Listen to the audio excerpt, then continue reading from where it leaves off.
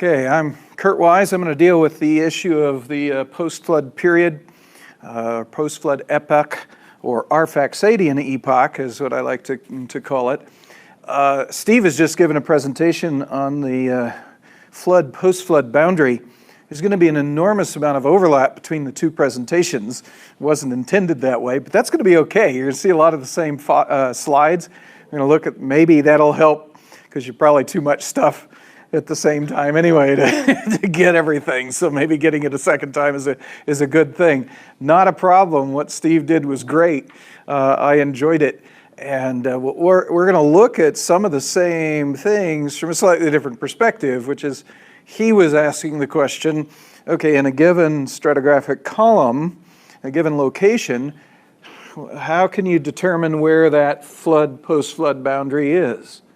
And that was his focus. I'm going to take a slightly different focus. I'm going to say, okay, now let's say we can determine that. We've already determined that. I'm going to ask the question, what was the world like in the post-flood? So I'm going to try to step through that post-flood period, or the Arphaxadian epoch, and to ask, what would it have been like to live there? And what was the world like?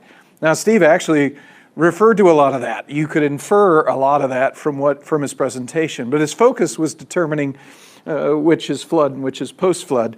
So we'll be looking at the same thing, but from, again, a different perspective of, what would it have been like to live there? And the summary slide, really, of this, of the post-flood period is this. At least I like to say that if time is along the horizontal axis here, in other words, things that are way back in time versus things in the present, and we start with the flood as the beginning point, and we're looking at the Arphaxadian or post-flood world. And of course, I call it the Arphaxadian epoch because Arphaxad, according to the scriptures, was born 2 years after the flood, lived for 400 years. So he's living through the stuff I'm going to be talking about. So it's the Arphaxadian. I love the word, too. It's just cool. It kind of slides off the tongue, Arphaxadian. It's just cool. So in the Arphaxadian epoch, whatever was happening during the flood was kind of big. And in time, those same sorts of things that were occurring during the flood are still happening, but just on small scale. That for a lot of things, that really characterizes this Arphaxadian epoch. Big stuff, little stuff, and everything in between is that time in between the two. Steve talked about vertical tectonics and isostasy.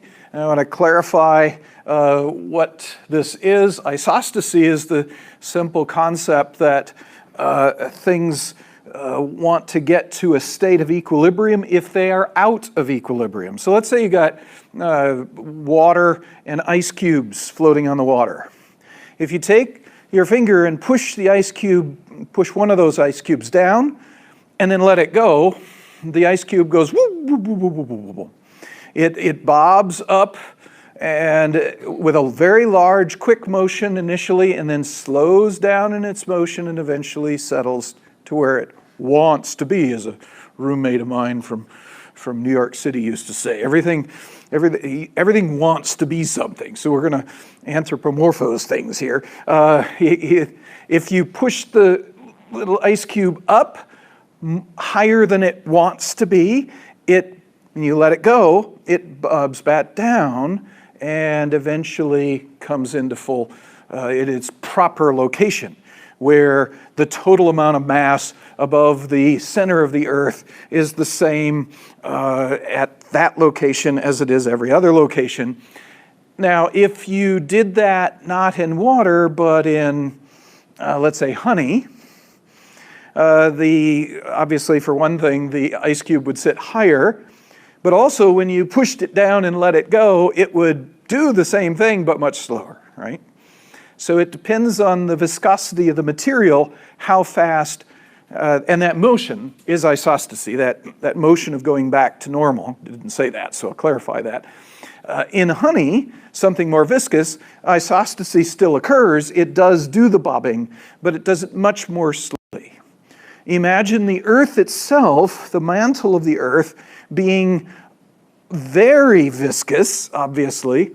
If something is pushed down at the surface, a rock is pushed down at the surface, and you let it go, it will bob up, but you're gonna have to wait a long time. Okay, the viscosity of the earth is so great that by our estimates, it should take tens of thousands of years for it to bob back up to where it's supposed to be. Or if you pull it too far up and let it go, it will bob back down, but it's going to take an awful long time. In fact, in theory, if you take a really big boulder, say a mile diameter boulder, and set it carefully up on the ground and sit back, it will sink into the earth. Let's say it's the same rock type that the ground is. It's got the same density as the ground, and if you sit it in place and sit back, it will sink beneath the surface to where it evens up the surface of the earth. But you well know that if you did that, even though you've never done that, that you would wait all your lifetime and probably never see the effects. Okay, it's going to take a very long time for it to occur. The idea here is that during the flood, with horizontal tectonics moving at meters per second, things were moved around very quickly, and some things were pushed up higher because they're crushed up against continents, crushed. You maybe doubled up material. I said that India smashed into Asia and broke a piece of Asia off and stuffed it underneath Asia. Now Asia's twice as thick as it was before. Now during the flood, things are going so fast, and the earth responds so slowly isostatically that probably, see that thicker portion is going to bob up. It would automatically bob up because of isostasy. But the flood's only a year long. There's going to be some bobbing that occurs during the flood, but most of the bobbing is going to occur after the flood. And that was Steve's point about the isostasy. When you see isostasy occurring, most of the isostasy, that's probably going to have to be after the flood. The flood does things so quickly and the flood is so short that that isostasy will be evidenced in post-flood primarily. Some of the things, and Steve went through these, I'm going to go through them again, because there was a lot. I know you couldn't write everything down on that slide that he had there. Things that caused rocks to be put too high or too low in the flood, and then after the flood, they would bob back. One of them is the issue of the speed of subduction. During the flood, we have subduction occurring at very high rates. Well, here's the continent, here's the plate that's subducting underneath. If there's friction, that plate is going to pull as the crust is going underneath the continent, it's going to pull the edge of the continent down. And the faster it's going, the more it pulls the continent down. When things slow down at the end of the flood, then the continent is allowed to bob back up again. So fast plate motion pulls things down lower than they should be, and so when the plate motion slows or stops, things bob back up. You have vertical motion along the edge of continents. So changes in plate motion will in fact cause isostatic vertical tectonics. Another thing Steve mentioned, if you have the continent and you've got a plate going underneath it, it can potentially, theoretically, break off a piece of the bottom of the continent and shove it off to the side. And this is called underplating. We take the bottom part of a plate and shift it under the more distant portion of the plate. Now the result of this is that right here, the plate is now thicker than it was before. Here, the plate is thinner than it was before. The result of this, isostatically, is this stuff's going to want to go down, and this stuff's going to want to go up. So on two different adjacent regimes, you're going to have different types of vertical motion that occurs. So you're going to have uplift that occurs landward and down drop seaward. We think, and Steve mentioned this, we think that's possibly what caused the upwarp of the Colorado Plateau. We think that out to the west, a piece of the edge of the North American continent underneath was pushed underneath this area of Arizona. And then after the flood, or in the years following the flood, because of that, it rose up. So this is the same rock unit down, you can't tell, but the same rock unit is sitting down here in the valley here as is sitting on the plateau. You can't tell it from this picture either. It doesn't look like a big deal, but this is 5,000 feet. This is a mile. I mean, you really have to put it on the slide because you know what? No way. And it's awesome. So this big piece of plate, which is parallel to the edge of the continent, bowed up a long section of the western North America, creating a dam. It's a big hill there. It creates, as Steve described, a basin behind it that collects water. And it can collect water that's a mile deep. I mean, it's a lake that then backs up across what's now the plains to create very large lakes after the flood, which is part of the story. And in places, that vertical motion is bent. It bends the rocks, such as I just showed. But in other places, if there's already a fault there, it moves the rocks along faults. And so he showed you if there's a fault over here, and the upwarp is occurring over here. This section is rising a mile. And as a result of that, it's taking this material and bending it. And this material is going up, so it's bending this stuff up, creating that deformation, which again, Steve showed you already. And in fact, it's quite a bit of bending. Okay. Other thing that can happen potentially is the plates are being pulled down by gravity. Let's say a piece falls off of it. Ping! I mean, it's going to come back up as a consequence. So this is another response. Of course, it's not going to go ping in that much time, that quickly, but isostatically, it's going to rebound. That's another potential cause of uplift. Let's see. So in some places during the flood, we have erosion. We talked about the great unconformity. During the flood, shaving things off. Well, in some places, it's shaving off more than others. In places where it happens to shave off a little more than something else, the crust is thinner in those places, and after the flood, those places will rise. Other places, they're dumping material. You got thick sediments. So in one place, you're going to be eroding. Another place, you're going to be dumping sediments. Wherever you dump sediments, after the flood, they're going to sink because they're trying to adjust. Actually, it's the other way, isn't it? The things that are thicker are going to rise, and the things that are thinner are going to sink. And we see evidence of this in the present. Because again, it takes tens of thousands of years for these things to occur, at least completely.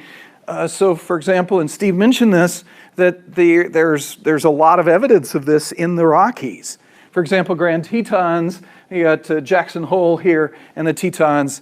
Even today, the Grand Teton is moving upward at about 1.5 inches per year compared to Jackson Hole.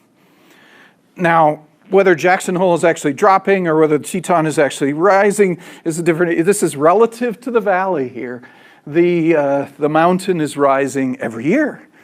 That's current activity. Now, you think about this a little bit, you realize, why is it moving like that if these mountains are 65, 70 million years old or more?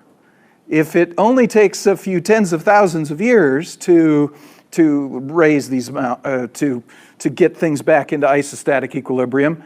Why are the mountains so active? And that's an extremely interesting question. Basically, the earthquake activity in mountains, much of it is best explained by the fact that only recently have those mountains been raised to that position, and they're still isostatically adjusting. Now, you go to the Himalayan mountains and you got a little bit more complicated situation. As you probably know, these people that like to climb K2 or Everest, depends on the day of the week and the week of the month and the month of the year as to which one is the tallest mountain in the world. Because they're moving upward and downward rather continuously, and the two trade places on a daily and hourly basis, moving tens of feet per year vertically. And that's isostatic rebound, that's isostatic motion. But people argue maybe India's still pushing, and so there's still some forces, some horizontal forces. So there's dispute there. But in the Rockies, we don't think there's any good reason to believe things are still pushing. So why do we have it? But even better, here in the Appalachians, we have that mountain chain is 300 million years old by conventional dating. There shouldn't be any vertical tectonics going on, except what might be caused by erosion. You're eroding the mountains, and so the mountains should rise. But that's not a whole lot. And in fact, Cleveland, Tennessee, not too far away from here, is the geologically most active region in the U.S.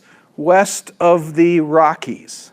3 to 4 earthquakes a day. Now, admittedly, they're teeny-weeny little earthquakes. Most people don't recognize. But 3 to 4 earthquakes a day indicate geologic activity in the Appalachians ongoing. And it's a mystery to the conventional world as to why in the world that should be the case. But it's actually a consequence of the fact that it's only 4,500 years since the flood. Things are still isostatically rebounding. The Appalachian Mountains are rebounding because in the collision, subsequent to the collision, the flood ripped off tens of thousands of feet of sediment off the top of that. And so the roots of the mountains aren't balanced by the stuff that's been eroded off. So the roots are causing the mountains to rise by isostatic equilibrium. In places, again, where there was too much stuff, it's sinking. In places where there's stuff been eroded, it's rising. This can cause, there's even the issue of the water that was over the continents that pressed the continents down during the flood. The water leaves the continents, and the continents have been rising generally as a consequence of the flood. Then you have these issues of glaciers after the flood that dump themselves on top of the continents, pressing the continents down wherever the glaciers were, and there's rebound from that. So in Illinois, where I grew up, there were what's called hinge earthquakes, earthquakes that are caused by the land where the glaciers were, now gone, still rebounding upward from the glaciers. So that's a phenomenon that we experience in the present. So vertical tectonics, the result of that is when things move vertically and rocks are moving up against rocks, we produce earthquakes. If in fact the intensity or the speed of isostasy decreases through time, which it does. If you watch that little, the ice cube, it goes whoop, ooh, it slows down. So if you imagine that rather than ice against water, you have rock against rock, initially the rock is moving very fast, and then it's moving slowly. And also the amplitude. It's moving a long ways, later it's moving less far.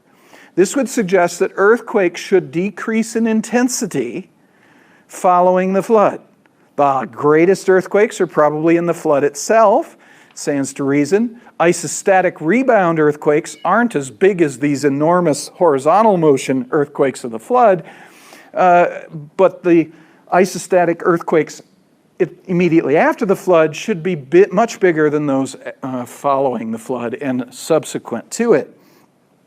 So we have, in fact, we would argue, since we're less than 30,000 years after the flood, we're still in the flood. Geologically, we are still experiencing the effects of the flood.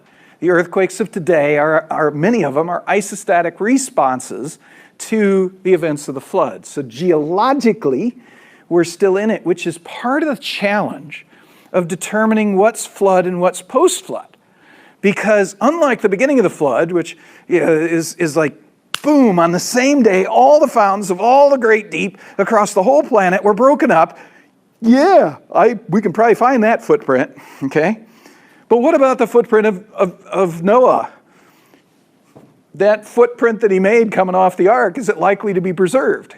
And while he was coming off the ark, were the waters of the flood completely back into the basins that they are in now? No, there's good reason to believe they were nowhere near the ark. But in the Amazon basin, for example, it's very likely the ocean was still up against the Andes Mountains. In North America, there's evidence that it's all the way up to Cairo, Illinois, and it's not been fully back into the oceans again. So Noah's on dry land, but there's other places on the earth that look like you're still in the flood. If you gauge it on whether you're above water or underwater, and if there's catastrophes occurring after the flood, big ones, really big ones. What's the difference between a flood catastrophe and a post-flood catastrophe? Sometimes that might be difficult to discern. So there's a transition, a somewhat gradual transition in many places, probably, between flood and post-flood. And it might be very dramatic, very easy to tell in some places when you got flood versus post-flood. In other places, So what's happening, for example, in mountains? We've got activity in mountains after the flood that's going to be very dynamic. There's a good reason to get off the ark, get off those mountains, and get out to someplace other than mountains, because they're probably shaking the whole time. I mean, the activity in the post-flood world was huge. There's a lot of things going on here. It's not a nice world in the post-flood period.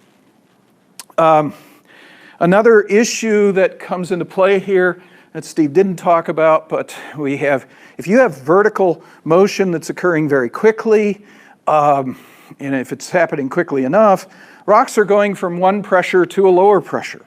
And they could, in fact, be moved at such a rate, especially during a flood, that the decrease in pressure will cause their destruction. They actually blow up, like the kimberlites that toss themselves up into the atmosphere and then blow up and rain diamonds.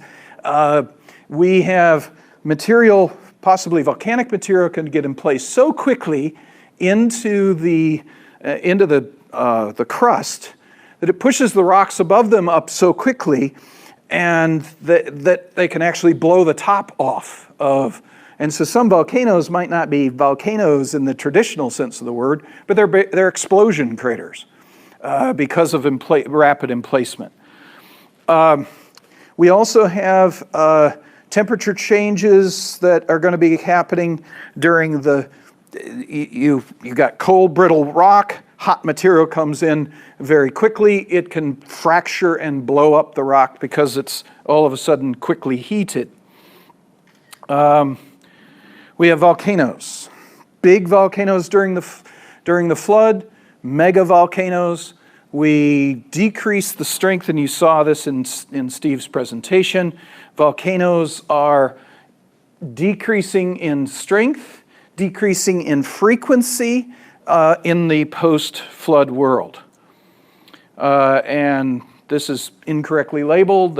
You've already seen this as the John Day Formation, not the Shinley Formation. Sorry about that. But in the flood, we have very thick volumes of ash. In the Morrison Formation, for example, spread over huge areas. The Shinley Formation spread over huge areas. So wide a distribution that it's really difficult, almost impossible, to figure out where they came from. It's kind of like that question that Steve talked about. If you got sediments where you can't tell, they're coming from so far away and they're distributed over such a large area that we actually can't determine where they come from, as opposed to following the flood, where they're close enough to the source that we can identify the source. And yes, I know, as he said, the Ogallala conglomerate is coming a long ways, but it's coming downhill. All of the mountains, that's a basin from the Appalachians to the Rockies, and that's all downhill from those sources. So that is a basin. On the other hand, when you find sand grains from the Smokies in the Grand Canyon across the basin, you'd expect to find it, downstream from the source, but you don't expect it to go up and on the other side of the basin. So when you got the Coconino with sand grains from the Smokies, then that's flood. But the Ogallala has sources from either side of the basin. That's post-flood. Okay, and same with volcanic ash. When you're finding it over huge distances, can't find the source, the volcano's gone. Okay, that could well be flood. On the other hand, when you can begin to define and identify the volcano, the source, and the volcanic ash is in the vicinity of that volcano, then you're in those post-flood times. But you see this, as Steve has already shown, this decrease in volume of ash that's produced by volcanoes after the flood. It's reflective of that dwindling power. It's also a decrease in frequency. These things, these big ones here are actually close to each other in time. It takes a long time. You have to wait longer and longer to get the big eruptions as time goes on. This is just a measure by ash. You can measure it in other ways. For example, you can measure how much lava is generated by an eruption, which may not be associated with any of these. These did not generate much lava. Other types of eruptions generate lava. During the flood, we have the eruption of millions of cubic miles of lava in individual eruptions, and the size of the amount of lava decreases as we get into the post-flood world towards the present. Now we have eruptions that are teeny-weeny little bitty things that decimate entire islands like Iceland or across, but that's a little tiny place compared to the volumes we see early in the post-flood period. Earthquakes, again, largest earthquakes immediately in the flood itself, and they decrease in intensity following it. For example, I've shown the Kingston Range before, but a story I haven't told with the Kingston Range before is they call this a range of mountains. It's got a bunch of individual mountains in there. There's a granite in the center of it with sediments laid off around that granite, and the granite has a very particular chemical signature. We can identify, you can chemically fingerprint the granite. And we found that the granite that's in the Kingston Range, the Kingston granite, matches a source area. We've actually got the base of this granite. Let me back up here. This mountain range is without a root. This is a weird thing. If you find a bump on the landscape, a mountain, if things are in isostatic equilibrium, you know that there must be a root underneath it to keep it high. Or it's like a keel on a boat to keep a boat out of the water. You can't, if you see a boat on the top of the water, you know that the bottom of the boat is not level with the top of the water. You've got to have a keel that goes into the water that allows the part above the water to stay above the water. Likewise, a mountain, as a geologist, you'd see a mountain, you'd say, oh, there must be a root underneath it so that it justifies the mountain. It's why you have a mountain. This mountain range has no root. You look at the seismic waves, and you find underneath it it's debris, it's sediments underneath it, and not a mountain. Like, wait a minute, something's wrong here. First of all, isostatically, this mountain chain should sink because it doesn't have a root. So that would suggest relatively recently it's been taken off its roots. Where are the roots? Well, we've found the roots. They're about 60 miles away from this location. We find the rocks that are chemically identical to the granites in this thing. So there's some event that broke this mountain chain, 12 by 12 miles, off of its base, and then vibrated across the landscape for 60 miles. That's a monster set of... The earthquake, just to break it first, is mind-boggling. But then you got to vibrate it across the landscape to this location. What in the world's going on? This is not anything we're familiar with in the present. So we're talking about, and it turns out on either side of the San Andreas Fault, we have mountains. It's very possible that there are no rooted mountains on either side of the San Andreas Fault in San Diego County. That every single mountain has been broken off of its base and vibrated away from the fault. So the Catalina Islands, is that what they're called? Catalina Islands there off of San Diego, those are mountains that are broken off their base and vibrated out into the ocean, okay? This is bizarre stuff. And it can't be a million years ago or 20 million years ago because they haven't sunk isostatically into the ground. This is within the last thousands of years. This is since the flood, but what size earthquakes we're talking about break mountains off of their foundations and then vibrate them across the landscape. Fortunately, those kind of earthquakes aren't occurring today, but they were occurring right after the flood. When Noah gets off the ark, at least in mountainous regions, and where that's not a good place to be. Here's awesome things going on here.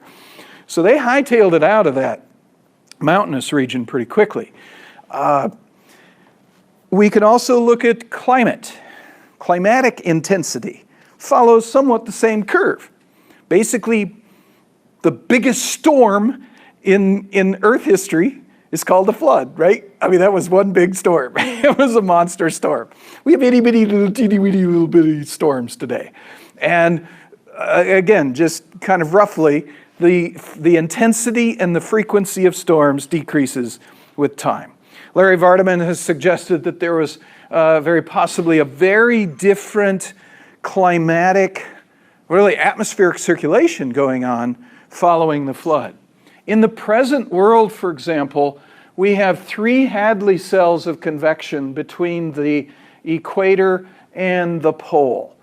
At the equator, air rises because it's heated by the ground, that's heated by the sunlight, rises at the equator, drops at about 30 degrees north and south latitude. So if you just focus on the northern hemisphere, it rises up and drops at 30, and there's a circulation or a cell of air, Hadley cell, there. Then the air that drops at 30 degrees comes back up again at about 60 degrees for a second Hadley cell. And the stuff that rises at 60 degrees goes up and drops, or half of it, drops at the poles for a third Hadley cell. And that very much affects our weather and why we have westerlies and easterlies and all of that sort of thing. Because if you take that motion and then spin the Earth, you create a Coriolis effect, which turns the air in a particular direction. And that determines why, for example, here we get storms from the west that come across here and come at us from this direction. If you're in other places with respect to, you'll actually get it from the east and so on. But Larry suggested that the post-flood world actually might have had a 2 Hadley cell convection system where air rising at the equator dropped at about 45 degrees north latitude and south latitude, and then came up again at the poles. And the reason for this, we suspect, is due to the fact that during the flood, the oceans were warmed up. They were warmed up by hot lava that's coming up, forming new plates. The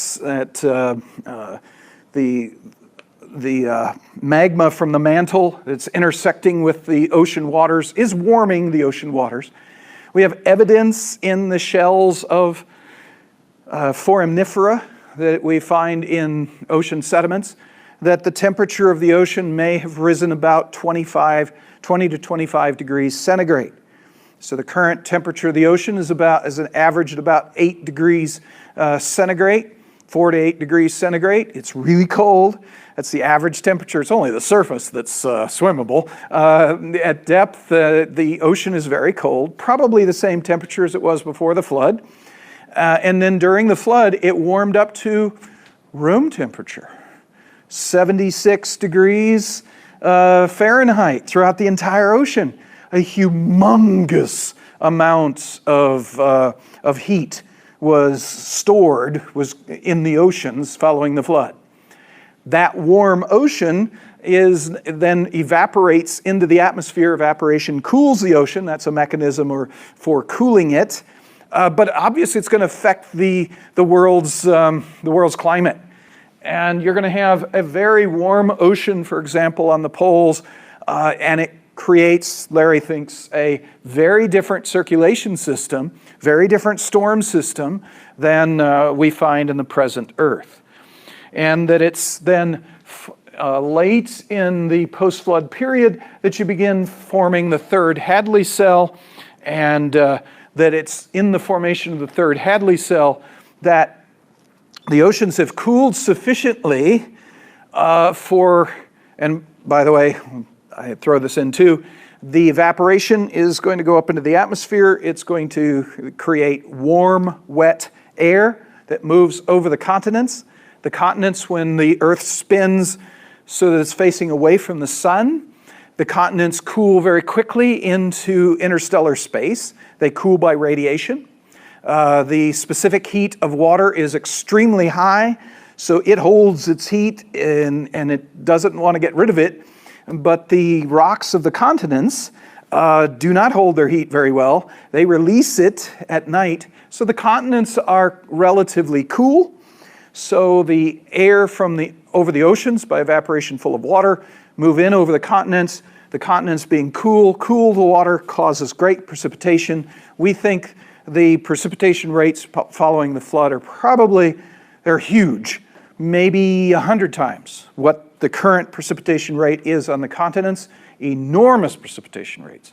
Now you're talking about continents that are trying to recover from the flood. They're not covered with forests yet in all places, so there's going to be a lot of erosion. There's a huge amount of erosion that's occurring. It is a very rainy, it's a warm, wet, rainy world, okay? There ain't no deserts. Another way to look at this is the wettest period. Here's a profound statement. The wettest period in Earth history, I would suggest, is the flood. and then things have been drying on. Yeah, I know, it's just shocking. And things have been drying off basically ever since. And the warmest period in Earth history was the end of the flood. The oceans were warmed up, so that would be, we'd argue that that's actually when Noah gets off the ark, he's getting off the ark to a much warmer world. A warm, wet, high humidity world. And it's going to be lots of rainfall, while earthquakes and all that stuff is going on. We've also got all of this going on. Eventually, the evaporation, which is cooling the oceans, cools the oceans sufficiently that this enormous amount of rainfall begins to come down in certain places as snow.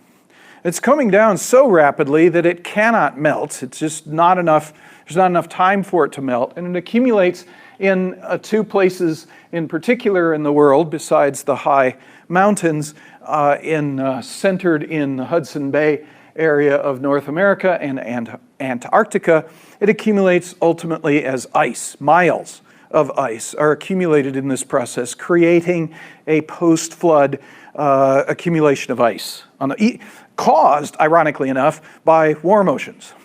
So the ice is actually caused, the ice age or the ice advance is caused by warm oceans, which seems contrary to your thinking. Now, Larry has also suggested, I certainly like the idea, that during this period, there's sufficient temperature contrast and conditions immediately after the flood to actually create very large hurricanes. Now, this is a picture of a real hurricane, just a small hurricane, but regular hurricane.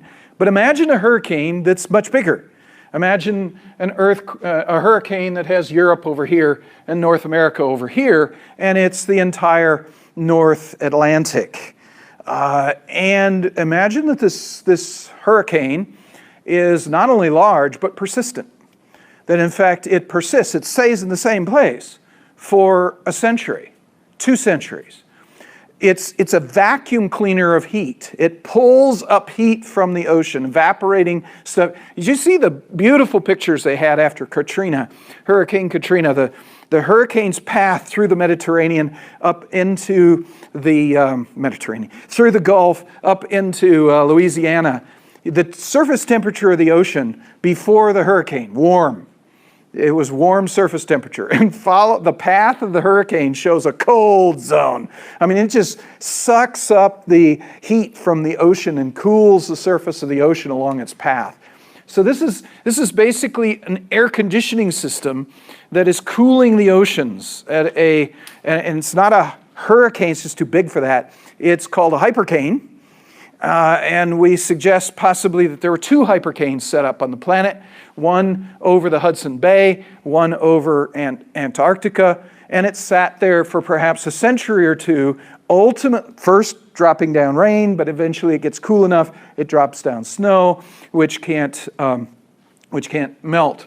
And hypercanes are not just theoretical phenomena. We have been observing a hypercane on Jupiter for 300 years. The great red spot on Jupiter is a hurricane, a hypercane, that's the size of the Earth, that's been sitting at that same latitude on Jupiter since it was first observed 300 years ago. It is still occurring. It's a big, big hurricane, a hypercane. And so it's very possible that this contributed to the rainfall after the flood. This is very early on Larry's work on rainfall after the flood. I don't have better pictures more recently, but the point is that there's a lot. He's talking about precipitation. The highest precipitation rates in the present is there's a place in Hawaii that has something like 300 inches a year. That's in this simulation, basically that's the minimum precipitation in the driest place on the planet in this period after the flood. We got lots of precipitation. The result of that is in places like this, where we have the big upwarp, a big dam produced, we're dropping enormous amounts of water over the continent. We're filling that mile-deep saucer with water. By the way, you can see the outlines of these lakes in a satellite photo of the western United States. You can see it. It's just as clear as bell. The exact outlines of these things still is seen in the sediments that can be seen from the air. But that's how big it is, too. We're talking about an enormous system of lakes, something like 10 times the amount of water in the current Great Lakes that have been carried by these crazy things before they finally, as Steve suggests, either overtop the dam or find their way under the dam or through the dam through cracks in rocks like the red wall, which has got all sorts of holes in it, caves in it.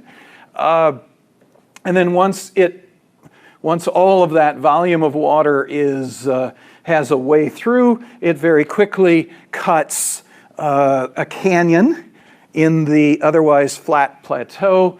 Probably one lake collapses, and then the dam for the next lake breaks, and then one by one, one after another, go crashing through the canyon, cutting out 900 cubic miles of rock from the canyon and 100 cubic miles from the areas above it, for a total of 1,000 cubic miles of rock. And we see this in a micro scale, as the work Steve has done, the excellent work Steve has done in this. At Mount St. Helens, we see that done in soft sediments from the avalanche material from Mount St. Helens. In 1982, there was a mud flow that cut through that material. The eruption was in 1980. A mud flow out of the crater in 1982 cut through those sediments, creating a canyon in those sediments.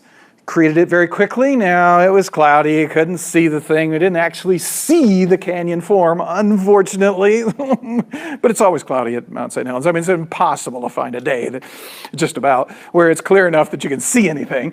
But we can constrain the formation of this. It's forming in hours. And what's cool about it, I mean, so many things are cool about it. I was taught in geology class that rivers that run slowly meander, and you produce the curvy rivers. And by implication then, the rivers that are formed fast should go straight, right? Just as straight as an arrow. That was what I deduced. I thought that would be the case. So you would expect that this crazy thing, which is only occurring in hours of time, must be as straight as an arrow, and it isn't. It zigzags back and forth across the landscape, just like those little gullies in your yard after a rain, the micro gullies, the same features. And then these sediments, which are full of water, collapse into the canyon. Once the canyon's cut very quickly, then there's avalanches into the canyon, which create side canyons perpendicular to the main canyon, which is not the way rivers generally come together with other rivers.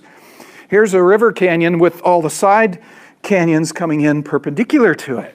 And that's the characteristic of this. And it even cut through solid basalt in places. Now, this is done over time again, but if you add up each of the events, this is probably not cut in more than a few days of time, even though we got 700 feet of cutting that occurred here. And we see this also when we build dams that don't make it. They get overtopped and cut out. We see the same kind of feature. But what results are not the straight canyons, they're zigzag canyons.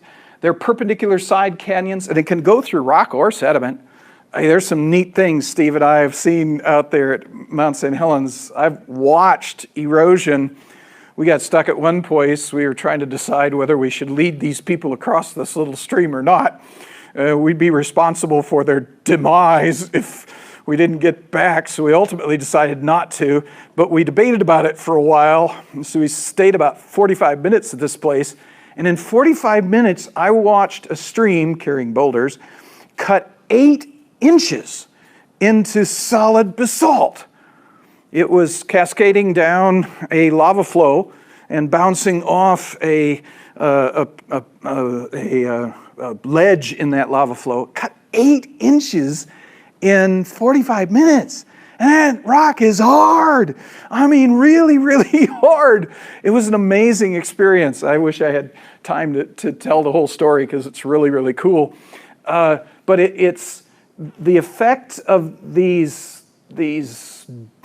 how do we say it, catastrophic emptying of lakes are these kinds of things. And it leaves us with this feature called underfit rivers. And I was thinking back there, we should have had a session on underfit. Because in geology, if you want to characterize, you want to recognize what was done catastrophically in the past as opposed to what's done today. You have this concept that Under catastrophic conditions, certain things happen, like big things. Big valleys form. And then afterwards, when you're not in the catastrophe, the subsequent rivers follow those courses because they take the path of least resistance. But they're tiny little rivers in the midst of a huge canyon. This goes for things like the Mississippi River. If you go to the Mississippi River, the beautiful Palisades of the Mississippi and so on, you can see, you stand on one side, you can see the Palisades on the other side, the big steep cliffs. And the river, as humongous as it is a tiny little river in the midst of a valley that is 12, 14, 15 miles across. And it's not flowing on rock, it's flowing on debris that's filled this canyon. If you look at the real canyon, it's enormous. There was a river that connected both rims at one time and eroded that canyon. And as it eased up, it dropped debris in and left a half-filled canyon. And the modern Mississippi River just meanders its way along the top of that. That's an underfit river. It's not currently cutting a canyon.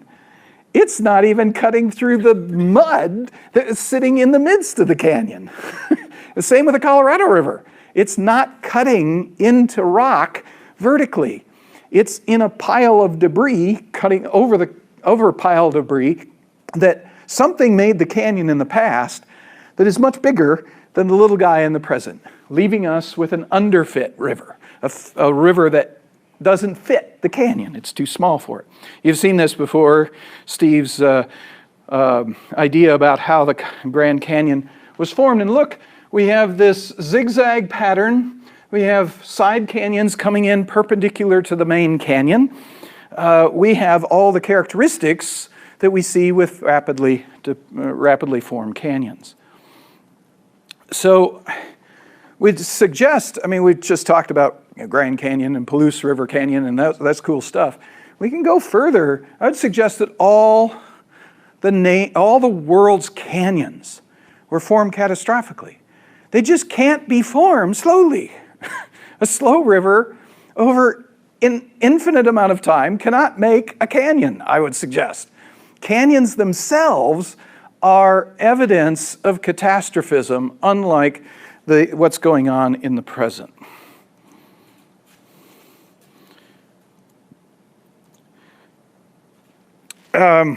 We also have, and this is Steve's work as well, at Mount St. Helens, and he would have presented this in his Mount St. Helens lecture. But it goes into this post-flood period too, because we have fossil forests in Yellowstone National Park. There are layers of sediment with millions of trees, vertical trees, that look like a forest. But if you use the criteria that Steve was talking about, they're post-flood. So how in the world do we explain what seemed to be, and they're used in the 1800s, 1870s, those forests were used as evidence that the earth is very old.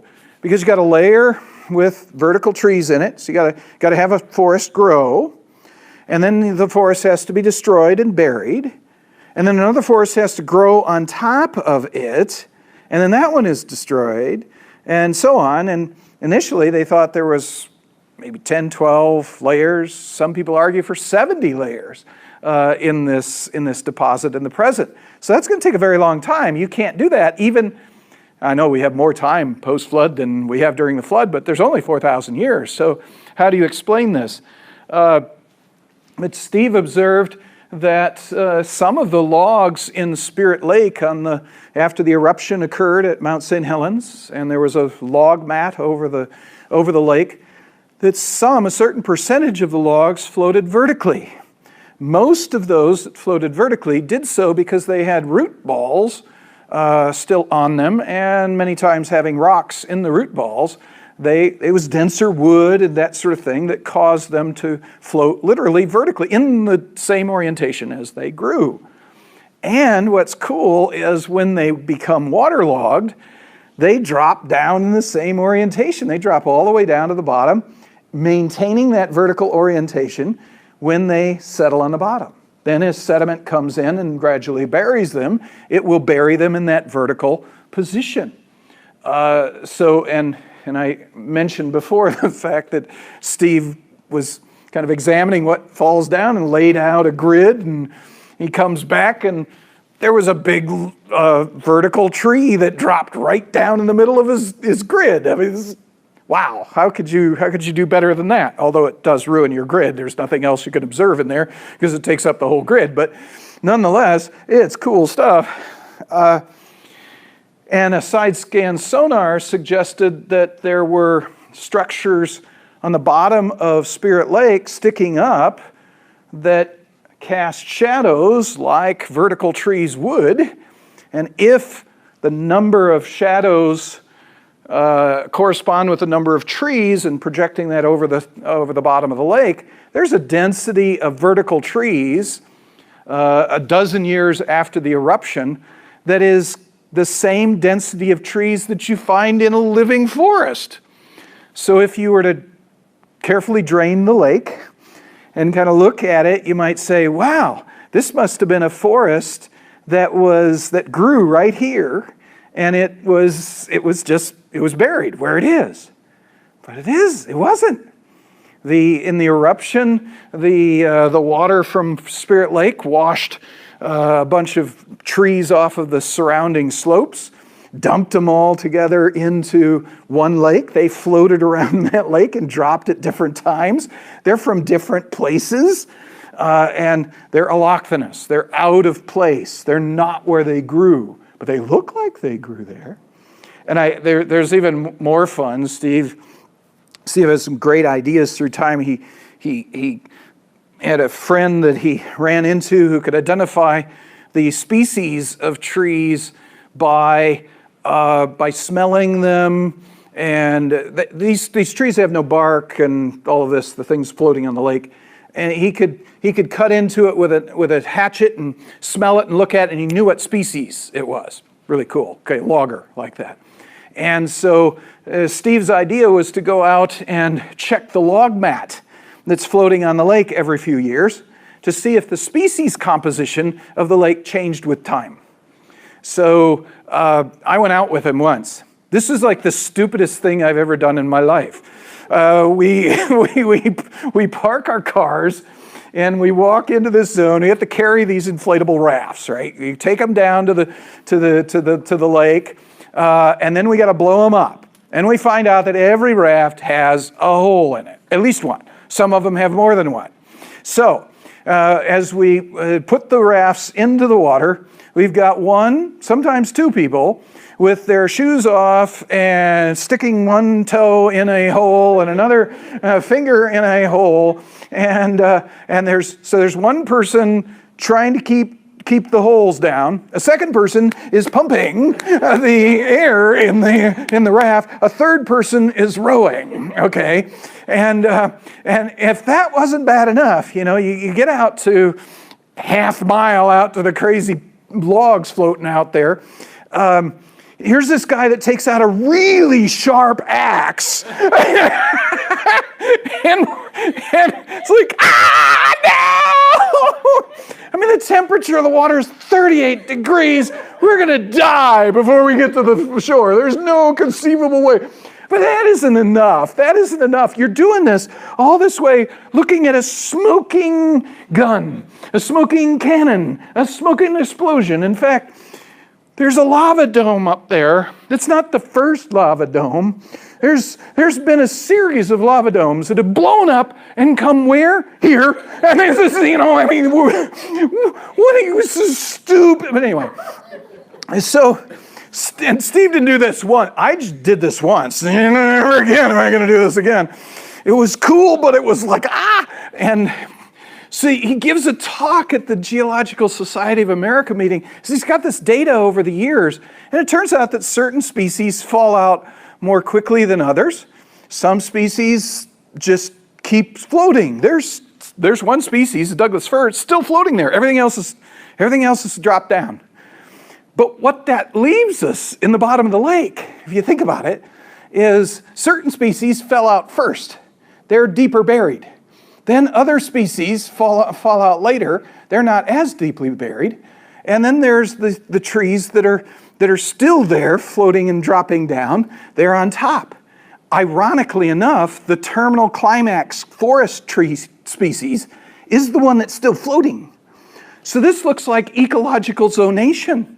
It looks like a forest grew there and gradually changed over thousands of years to the climax forest. But it's not. It's due to this. There's a really cool paper. There are certain people who really didn't like it. People that had a different interpretation of fossil forests. But ultimately what this does is gives us an interpretation, an alternate interpretation of the petrified forests that they look like vertical forests, but alas, when you look more closely, you recognize, it turns out they're buried in volcanic sediments. The trees are at different levels. There's no real soil horizon.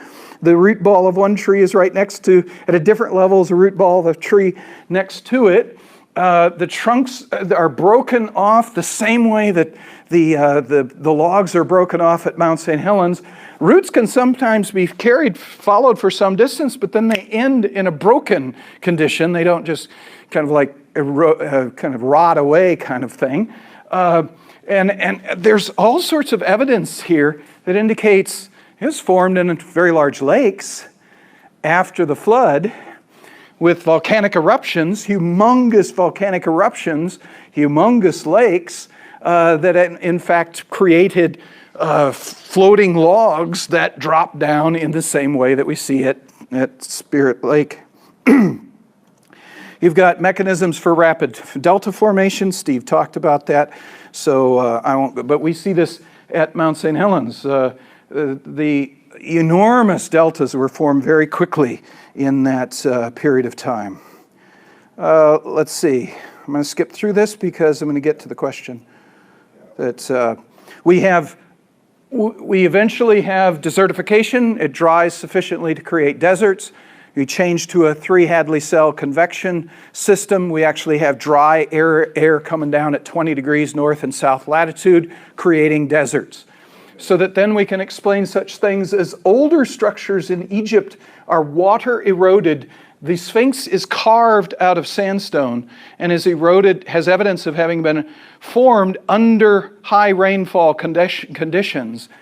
And then later, the pyramids, which are younger, have no evidence of rainfall erosion, but only wind erosion. So we have a transition from a wetland to a dry land, and we see this under the Sahara. Underneath the Sahara, sonar indicates we've got river valleys, we've got buried forests. It was a very well-watered region before it became what it is today. And of course, that reminds us very quickly of the biblical account where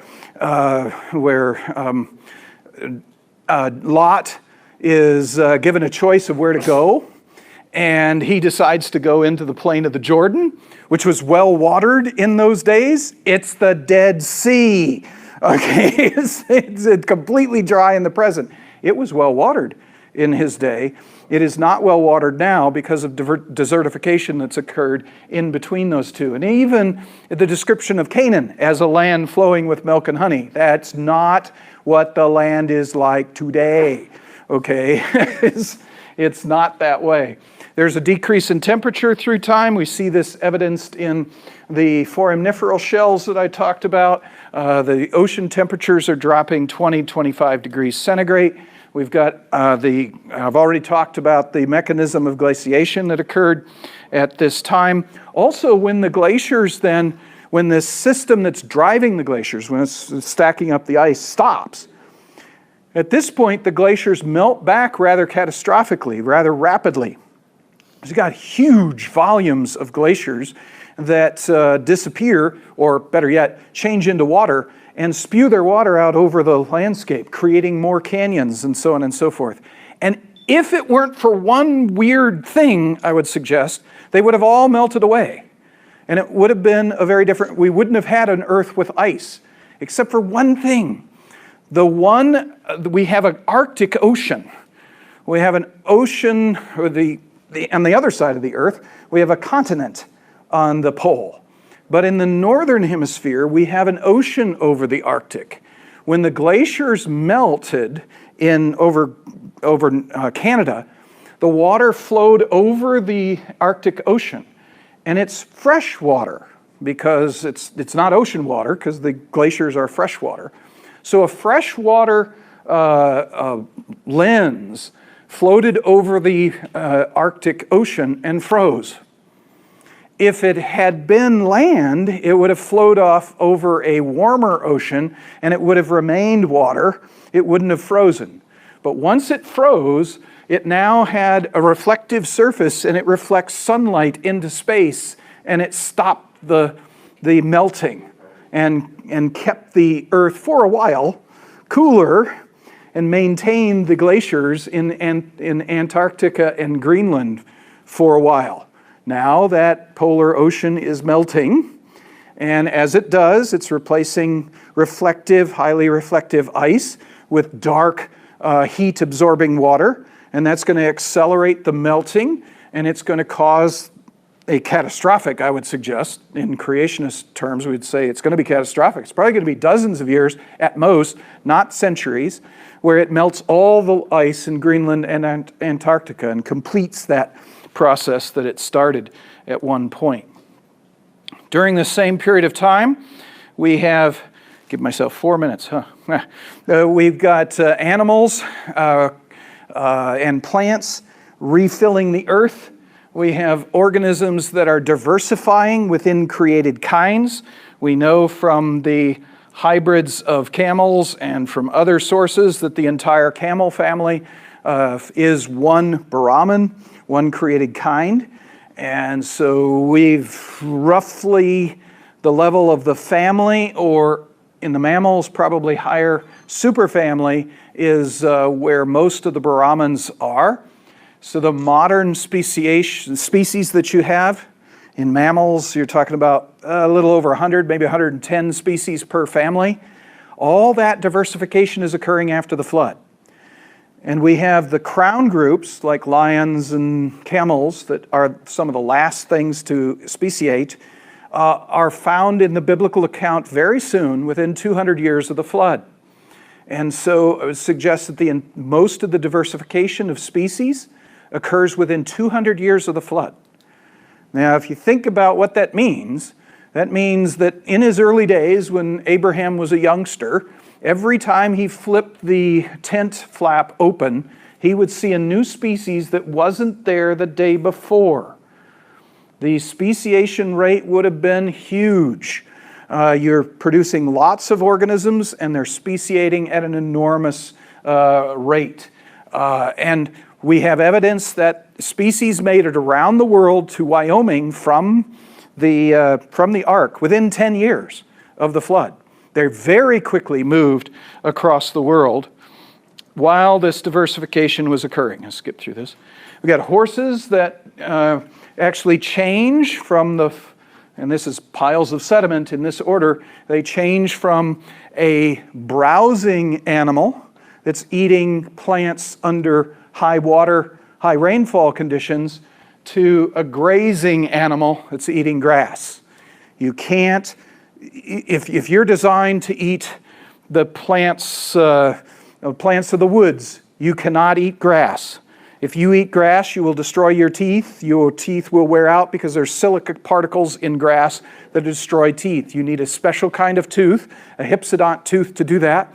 And so you have to develop hypsodonty, which occurs in the horses and the rabbits and the elephants and the camels it happens in 16 animal groups in the fossil record at the same time that grasses appear across North America. As North America dries, the animals respond by developing hypsodonty, which is an evolutionary nightmare to have 16 different groups evolve the same thing simultaneously. But if God knows what's going to be needed, he puts the information for doing hypsodonty in all organisms. and under the right conditions, then they can develop that. So we have horses and everything else changing rapidly in response to a changing world. Also, one other thing for dispersion, Mount St. Helens blew up. We ended up with a log mat on top of Spirit Lake with 1 million logs. Here we are now, that was 1980, we're in 2017, so that's 37 years later. There is still hundreds of thousands of logs floating on Spirit Lake. Think about that. Okay, 37 years later, and Steve estimated the float time, the half-life flotation time of the Douglas fir is 75 years. So it's going to be floating theoretically for centuries. There's going to be some lasting for centuries. Imagine the flood. Take the entire world's forests, and some of it is going to be destroyed and buried in the flood. But what about the rest? What about the billions upon billions upon billions of trees that are going to be floating on the ocean during the flood and for decades and centuries to follow? The water that is blown by wind into currents is going to take that vegetation mat that's going to float for literally centuries following the flood, and is going to create a transportation system across the oceans. Just hop on one shore and cross the ocean and drop yourself off on the other side. So organisms literally walk onto these rafts and cross oceans, explaining some amazing things in the distribution of organisms we find today. We find disjunct populations, species that are found on either side, opposite sides of oceans.